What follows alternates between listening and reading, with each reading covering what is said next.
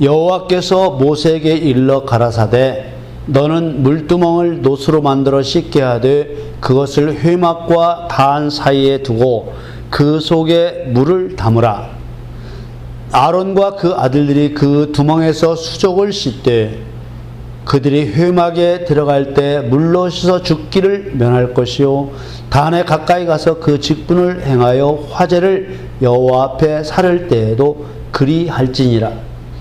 이와 같이 그들이 그 수족을 씻어 죽기를 면할지니 이는 그와 그 자손이 대대로 영원히 지킬 규례니라. 아멘. 사랑하는 성도 여러분, 성경은 하나님의 영광과 인간을 위한 하나님의 계획서입니다. 예수님께서 성경을 기록한 목적을 말씀하셨는데 요한복음 20장 31절에 오직 이것을 기록함은 너희로 예수께서 하나님의 아들 그리스도이심을 믿게 하려 하며 또 너희로 믿고 그 이름을 힘입어 생명을 얻게 하려 함이니라. 이렇게 말씀하셨습니다. 이 한 절에 나오는 용어들은 성경이 사람에 대한 하나님의 계획이라고 이해할 수 있게 해주는 단어들로 꽉 차 있습니다. 이 요한복음 20장 31절의 말씀은 요한복음 끝에 기록되었지만 요한복음에 대한 말씀만이 아니고 전반적인 하나님의 뜻을 나타내는 매우 중요한 말씀이라고 할 수 있습니다. 이 한 절에 나오는 단어들, 예수, 하나님의 아들, 그리스도, 믿음, 생명, 얻음, 이러한 단어들 안에 담겨진 뜻을 우리가 이해하게 된다면 소망을 갖지 않을 수 없게 되는 것입니다. 그런 의미에서 이 한 절은 복음의 핵심적인 말씀이라고 할 수 있습니다. 우리 인간이 생명을 얻는다는 의미는 인간이 구원을 얻는다, 영생을 얻는다, 천국에 들어간다, 이런 말과 거의 같은 의미를 가지고 있습니다. 이런 말들은 아주 조금씩 차이가 있지만 사람이 영원한 천국에 들어가게 된다는 것을 나타내는 말들입니다. 그런데 왜 구원, 영생, 천국 이런 말 대신에 요한복음 20장 31절에서는 생명을 얻게 하려 한다는 표현을 쓴 것일까 생각해 봅니다. 생명을 얻는다는 것은 생명을 잃어버리는 것이 있기 때문에 있는 말입니다. 그렇죠? 만일 처음부터 생명이 있었고 그 생명이 죽는 것도 없고 또 잃는 것도 없다면 생명을 얻는다는 말도 있을 필요가 없는 것입니다. 생명을 잃었기 때문에 생명을 얻어야 한다는 것이고 생명을 잃어버리면 안 되기 때문에 생명을 얻어야 된다고 말씀을 하시는 것입니다. 그런데 여러분, 인간이 생명을 잃어버렸다는 것을 믿으십니까? 어떤 사람은 내가 멀쩡하게 살아있는데 언제 내가 생명을 잃었느냐고 하는 사람도 있습니다. 물론 지금 살아있는 사람들은 육신의 생명을 잃어버린 적은 없습니다. 그러나 인간의 육신은 반드시 죽고 영혼은 영원히 죽지 않습니다. 하나님께서 잃어버렸다고 말씀하시는 생명은 천국에 들어가 영원히 살 수 있는 생명을 잃어버렸다는 것입니다. 그러므로 영원한 생명이 없으면 천국에 들어가지 못하고 지옥에 들어가야만 되는 것입니다. 사람이 이 영원한 생명을 잃게 되는 것은 죄로 인해 하나님과 관계가 끊어지면 잃게 되고 또 죄를 용서받은 후 하나님과 관계가 회복되면 다시 얻을 수 있게 되어 있습니다.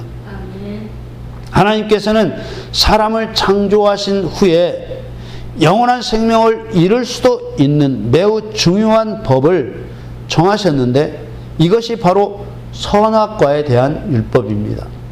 창세기 2장 17절에 선악을 알게 하는 나무의 실과는 먹지 말라. 네가 먹는 날에는 정령 죽으리라 하시니라.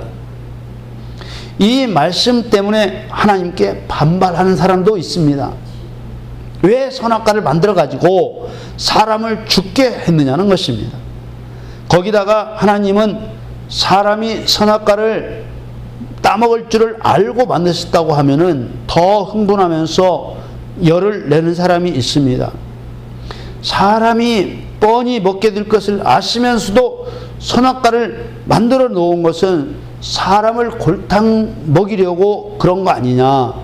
이건 하나님이 의롭지 못한 것이라고 핏대를 올리는 사람이 있습니다.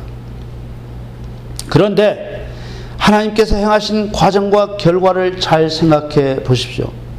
사단의 꼬임에 빠져 하와가 선악과를 먼저 따먹고 남편 아담에게도 주니까 남편도 먹었습니다.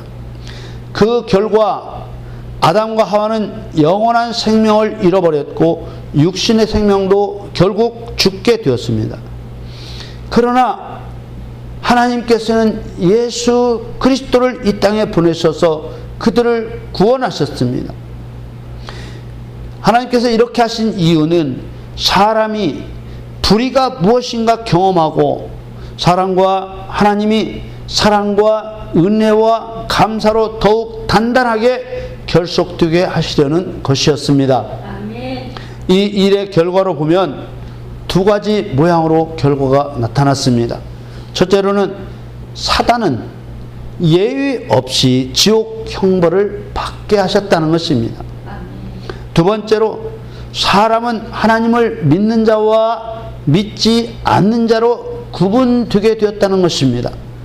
천국에 들어갈 수 있는 알곡과 같은 사람과 천국에 들어갈 수 없는 쭉정이와 같은 사람으로 나뉘어지게 된 것입니다. 아멘. 이것으로 볼 때 에덴 동산의 선악과 사건은 하나님의 목적을 이루는 방향으로 일이 시작된 매우 중요하고 필연적인 사건이었던 것입니다. 아멘. 그렇다면 에덴 동산의 선악과 사건이 우연히 된 일이 아니라 하나님의 전지전능하신 계획에 따라 일어나는 것을 알 수 있습니다. 사람이 창조된 후 처음으로 일어난 이 선악과 사건으로 인하여서 가닥이 잡힌 역사의 진행 방향은 첫째로 사단은 반드시 심판받아야만 된다는 사실입니다. 두 번째로 하나님을 믿는 자는 천국에 들어가고 하나님을 믿지 않는 자는 지옥에 들어간다는 것입니다. 성경은 온통 심판과 구원 이 두 가지 관점에서 말씀하고 있습니다. 요한복음 14장에서 이런 하나님의 뜻을 예수님께서 일목요연하게 가르쳐 주고 있습니다. 요한복음 14장 6절에 예수께서 가라사대 내가 곧 길이요 진리요 생명이니 나로 말미암지 않고는 아버지께로 올 자가 없느니라. 12절에는 내가 진실로 진실로 너희에게 이르노니 나를 믿는 자는 나의 하는 일을 저도 할 것이요 또한 이보다 큰 것도 하리니 이는 내가 아버지께로 감이니라. 13절에는 너희가 내 이름으로 무엇을 구하든지 내가 시행하리니 이는 아버지로 하여금 아들을 인하여 영광을 얻으시게 하려 함이라. 21절에는 나의 계명을 가지고 지키는 자라야 나를 사랑하는 자니 나를 사랑하는 자는 내 아버지께 사랑을 받을 것이요 나도 그를 사랑하여 그에게 나를 나타내리라. 23절 말씀에는 예수께서 대답하여 가라사대 사람이 나를 사랑하면 내 말을 지키리니 내 아버지께서 저를 사랑하실 것이요 우리가 저에게 와서 거처를 저와 함께 하리라. 아멘. 계속해서 24절 말씀에는 나를 사랑하지 아니하는 자는 내 말을 지키지 아니하나니 너희의 듣는 말은 내 말이 아니요 나를 보내신 아버지의 말씀이니라. 26절에는 보혜사 곧 아버지께서 내 이름으로 보내실 성령 그가 너희에게 모든 것을 가르치시고 내가 너희에게 말한 모든 것을 생각나게 하시리라. 아멘. 이 예수님의 말씀의 핵심은 예수님과 뜻을 같이하여 예수님이 행하시는 일들을 믿는 자도 함께 행해야 된다는 것입니다. 아멘. 성막에서 일어나는 모든 일은 성도가 예수님의 도움을 받아서 행해야 할 일들의 모형인 것입니다. 아멘. 눈으로 볼 수 있는 모형적인 일들이 도대체 무슨 의미로 하는 일인지 우리가 이해될 때 영적으로 일어나는 실제적인 일도 똑같이 할 수 있게 되는 것입니다. 나를 믿는 자는 나의 하는 일을 저도 할 것이요.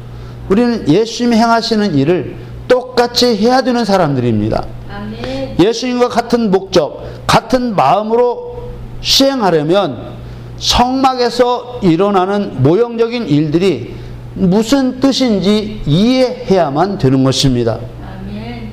성막에서 행하는 모든 일들은 심판과 구원에 대한 영적인 일들을 설명해 주고 있습니다. 아멘. 사실 성막뿐만 아니라 성경에 기록된 모든 일은 첫째로 사단의 심판과 둘째로 믿는 자들에 대한 구원을 동시에 나타내고 있습니다. 하나님을 믿고 사단을 심판하는 사람은 구원을 얻는다는 메시지가 항상 깔려 있는 것입니다.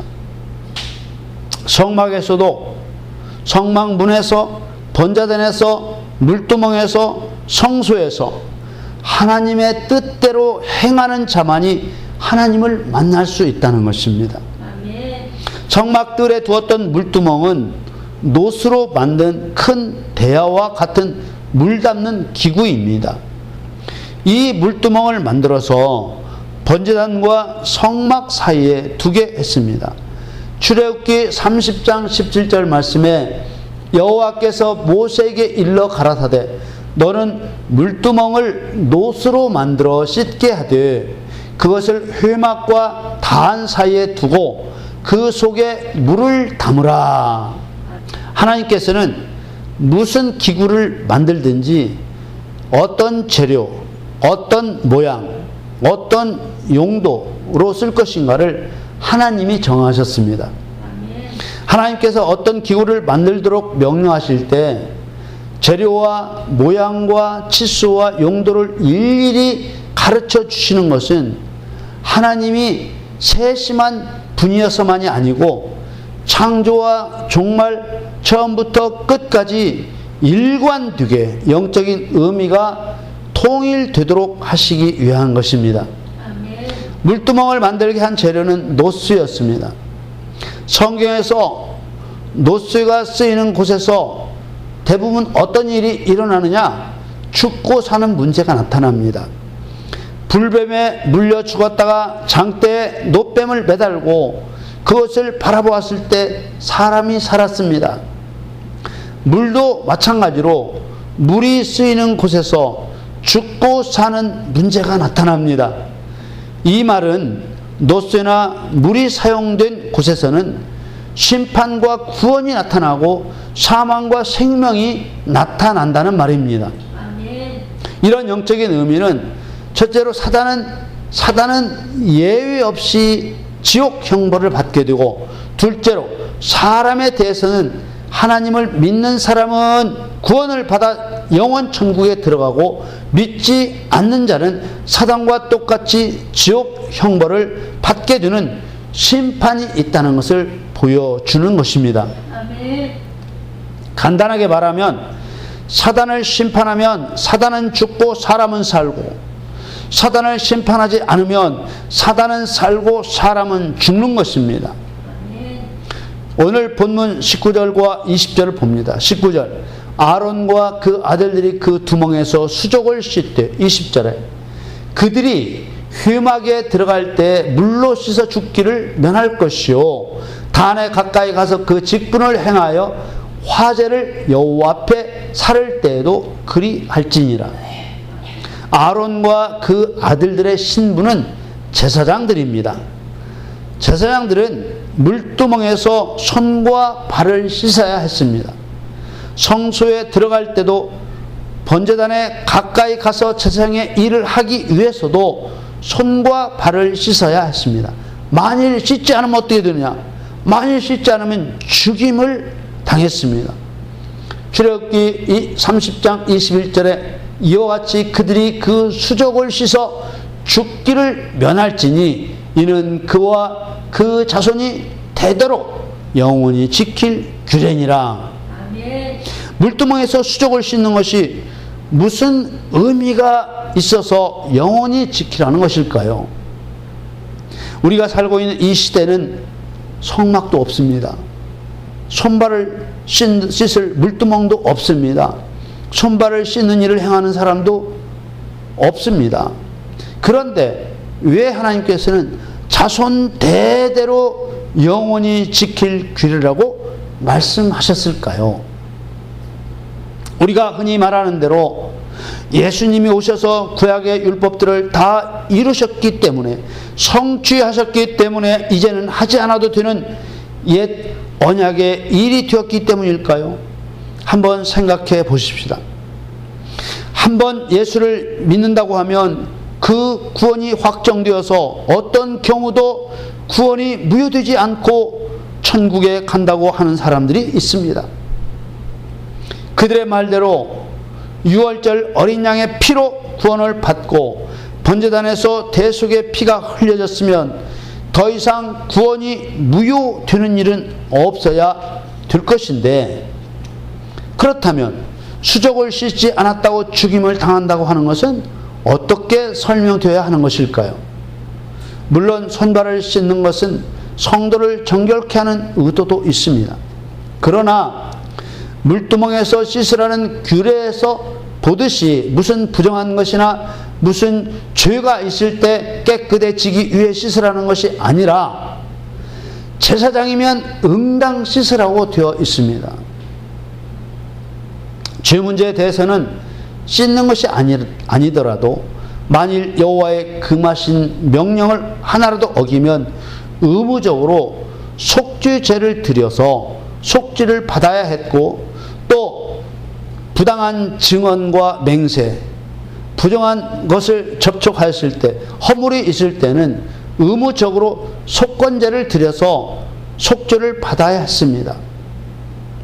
이와 같이 속죄제나 속건제와 같은 죄를 용서받을 수 있는 제도가 있음에도 제사장이 손발을 씻지 않았다고 죽임을 당한다는 것은 모르는 가운데 지은 죄를 회개하지 않았기 때문에 죽는다는 의미가 아니라는 것입니다.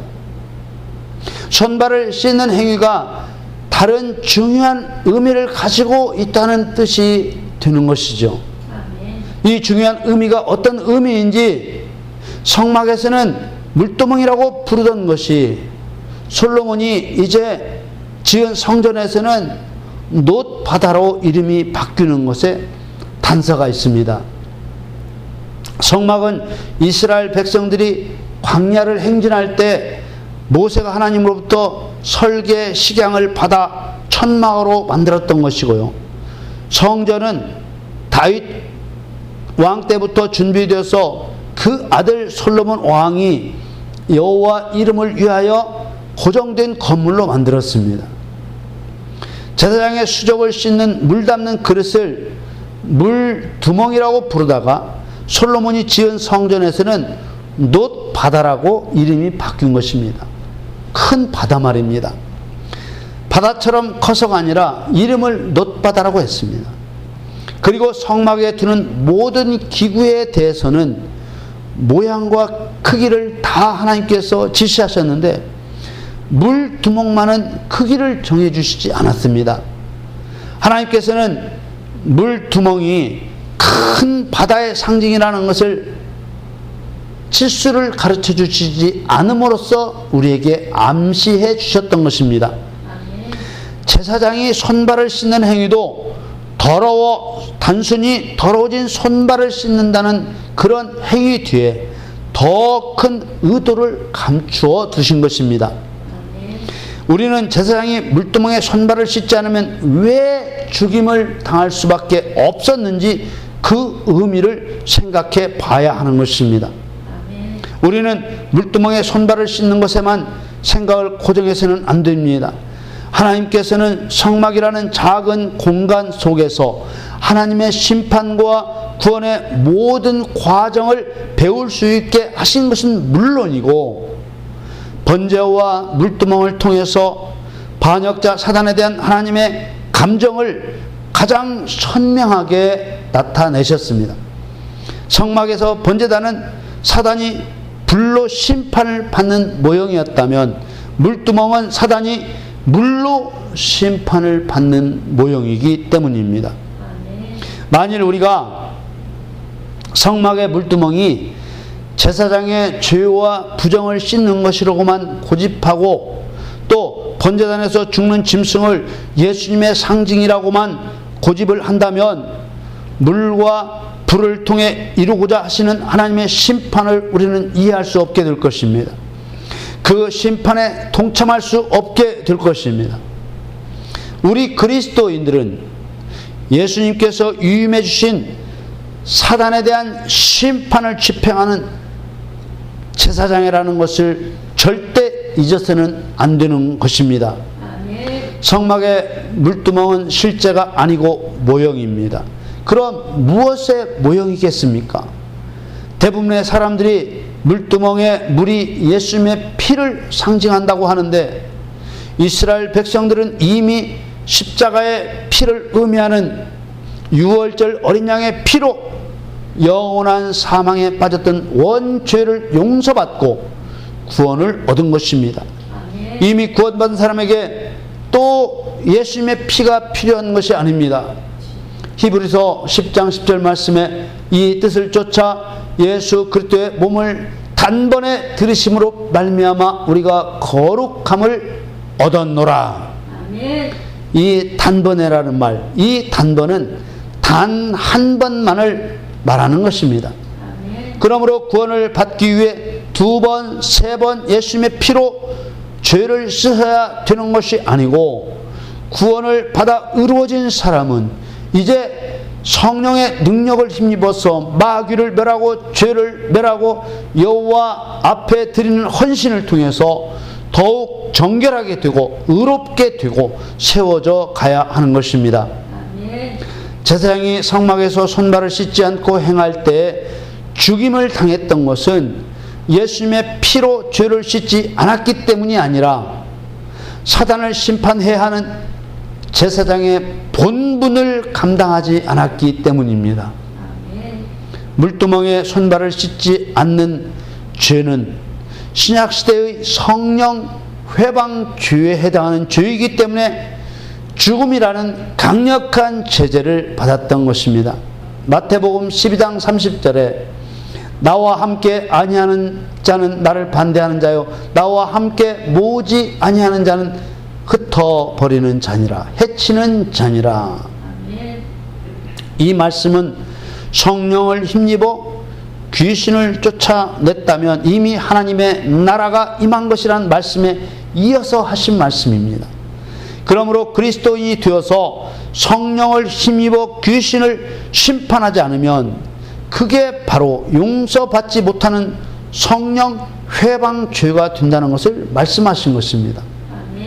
마태복음 12장 31절에 그러므로 내가 너희에게 이르노니 사람의 모든 죄와 회방은 사하심을 얻되 성령을 회방하는 것은 사하심을 얻지 못하겠고 물두멍에 손발을 씻지 않은 것은 성령이 행하시는 절대적인 목적인 사단 심판에 동참하지 않았기 때문에 하나님의 뜻을 거역한 것이 된 것입니다. 그러므로 하나님의 뜻을 거역한 자는 죽임을 당한다는 것을 모형으로 보여주신 것이지 이미 십자가의 피의 대속으로 구원받은 사람이 회개치 않았다고 죽임을 당한 것이 아닌 것입니다. 오랫동안 물두멍에 물을 예수님의 피라고 말씀을 들어왔던 우리가 사단 심판의 상징으로 생각을 바꾸기 위해서 중요한 것은 놋으로 만든 물두멍이 솔로몬 성전에서 놋 바다로 이름을 바꾸셨던 확장된 하나님의 의도를 이해하는 것입니다. 성경은 심판과 구원을 위한 하나님의 계획이라는 큰 틀로 보면서 모형인 작은 물두멍을 실제의 큰 바다라고 생각을 바꾸게 된다면 바다를 통해서 행하셨던 하나님의 일들이 줄줄이 떠오르게 될 것입니다. 우리가 너무나 잘 알고 있는 노아 시대의 홍수 사건은 명백하게 사단과 죄인들을 심판하신 모형적인 대사건이었습니다. 바다와 물은 명백한 심판의 도구요 심판의 장소였습니다.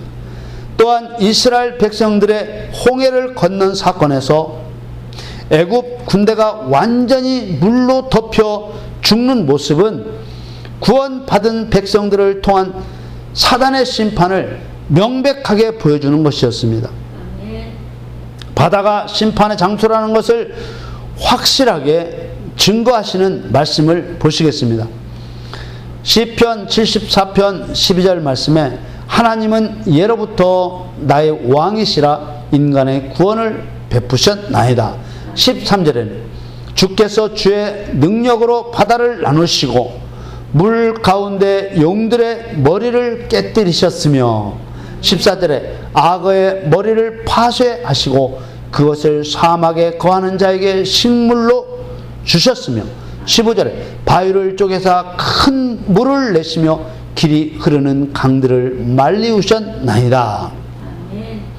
말씀을 듣는 우리 앞에 놓인 문제는 이런 심판의 모형인 성막의 물두멍을 보고 바다를 통해 심판하시는 하나님과 연결시켜서 생각하느냐 아니면 예수님의 피로 여기고 자신의 죄를 씻는 모형이라고 여기느냐 하는 것입니다. 이것은 성도가 의를 행하여 사단을 심판하는 예수님의 동력자가 되느냐 마느냐 하는 중요한 문제가 되는 것입니다.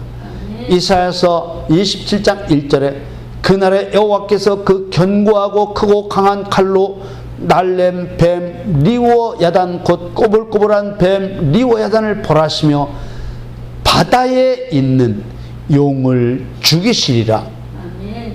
예수님께서 군대 귀신을 멸하셨던 장면을 기억하십니까?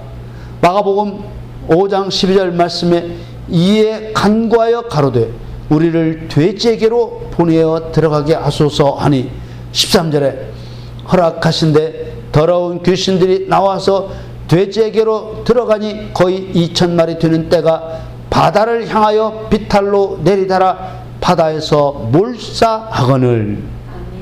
이 말씀은 거라사인 지방에 사는 귀신 들린 자 안에서 나온 군대처럼 많은 귀신들이 예수님께 심판을 당했던 말씀입니다.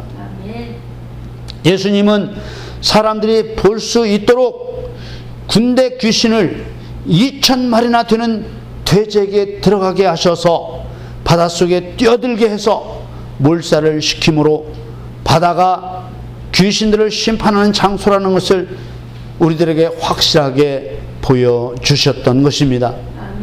사랑하는 성도 여러분, 물두멍에는 이런 하나님의 심판 의도가 담겨 있습니다. 그래서 그 하나님의 심판 의도를 거역하는 자를 용서하지 않으시고 죽이신 것이죠.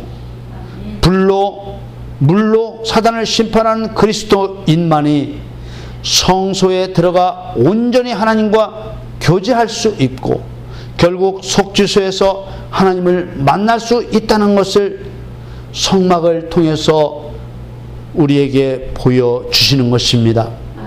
여러분 모두 번제단에서 물동에서 물로 사단을 멸하였듯이 의를 행하여 사단을 멸하는 강력한 제사장이 되시기를 예수 그리스도의 이름으로 간절히 축원합니다.